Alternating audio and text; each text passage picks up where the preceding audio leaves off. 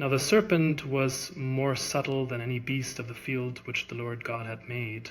And he said unto the woman, Yea, hath God said, Ye shall not eat of every tree of the garden? And the woman said unto the serpent, We may eat of the fruit of the trees of the garden, but of the fruit of the tree which is in the midst of the garden, God hath said, Ye shall not eat of it, neither shall ye touch it, lest ye die.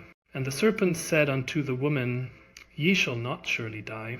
For God doth know that in the day ye eat thereof, then your eyes shall be opened, and ye shall be as gods, knowing good and evil.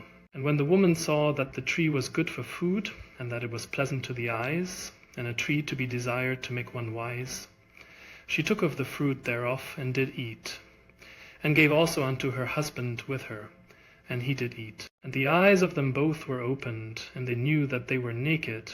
And they sewed fig leaves together, and made themselves aprons. And they heard the voice of the Lord God walking in the garden in the cool of the day. And Adam and his wife hid themselves from the presence of the Lord God amongst the trees of the garden. And the Lord God called unto Adam, and said unto him, Where art thou? And he said, I heard thy voice in the garden, and I was afraid, because I was naked, and I hid myself. And he said, Who told thee that thou wast naked?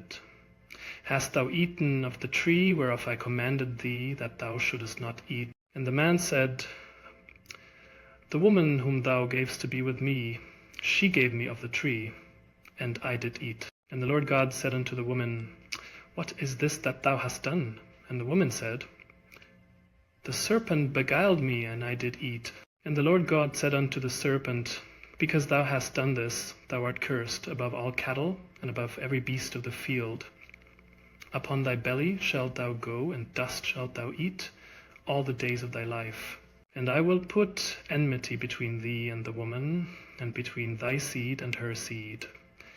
It shall bruise thy head, and thou shalt bruise his heel. And to the woman he said, I will greatly multiply thy sorrow and thy conception. In sorrow thou shalt bring forth children, and thy desire shall be to thy husband, and he shall rule over thee. And unto Adam he said, Because thou hast hearkened unto the voice of thy wife, and hast eaten of the tree of which I commanded thee, saying, Thou shalt not eat of it. Cursed is the ground for thy sake. In sorrow shalt thou eat of it all the days of thy life. Thorns also and thistles shall it bring forth to thee, and thou shalt eat the herb of the field. In the sweat of thy face shalt thou eat bread, till thou return unto the ground. For out of it wast thou taken, for dust thou art, and unto dust shalt thou return. And Adam called his wife's name Eve, because she was the mother of all living. Unto Adam also and to his wife did the Lord God make coats of skins, and clothed them. And the Lord God said, Behold, the man is become as one of us, to know good and evil.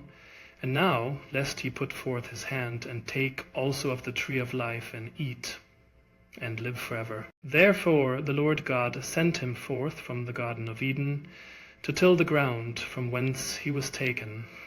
So he drove out the man, and he placed at the east of the Garden of Eden cherubims, and a flaming sword which turned every way, to keep the way of the tree of life.